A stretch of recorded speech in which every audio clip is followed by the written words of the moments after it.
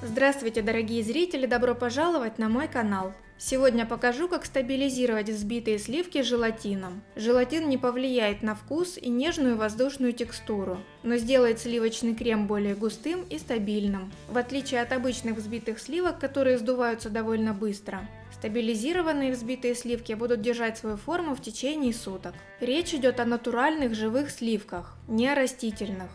Подготовим все необходимые ингредиенты. Сливки должны быть хорошо охлажденными жирностью не менее 33%. Желательно, чтобы до приготовления крема они простояли в холодильнике ночь. Если сливки будут недостаточно охлаждены, то в процессе взбивания они могут отсечься. И первым делом замачиваем желатин. У меня здесь быстрорастворимый желатин с силой 220 блюм. Я замачиваю в пропорции 1 к 6, то есть на 10 граммов желатина беру 60 граммов воды. Пока желатин набухает, сливки стоят в холодильнике. Когда желатин набух, распускаем его в микроволновке короткими импульсами или на водяной бане. Его нужно довести просто до полностью жидкого состояния, но старайтесь не доводить его до кипения. Оставляем желатин немного остыть, пока будем взбивать сливки. 700 граммов хорошо охлажденных жирных сливок начинаем взбивать.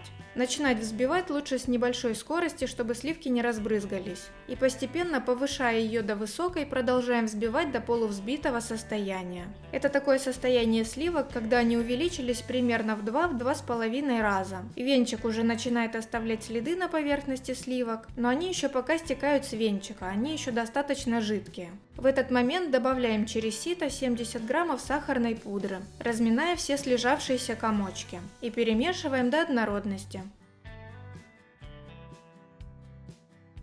К этому моменту желатин успел немного остыть. Добавляем к нему немного взбитых сливок, чтобы сравнять температуры, перемешиваем и добавляем эту смесь тонкой струйкой во взбитые сливки, продолжая взбивать на небольшой скорости. После добавления желатина продолжаем взбивать сливки до плотного состояния. Главное не перестараться и не перебить сливки, иначе они могут просто отсечься. Вот такой роскошный крем в результате получился. Он очень хорошо держит форму в собранном торте и хорошо себя ведет в качестве покрытия. Для украшения торта можно также отсадить небольшие розочки при помощи насадки. Делитесь в комментариях своими мыслями об этом рецепте и подписывайтесь на мой канал. А сегодня на этом все. До встречи в новом видео.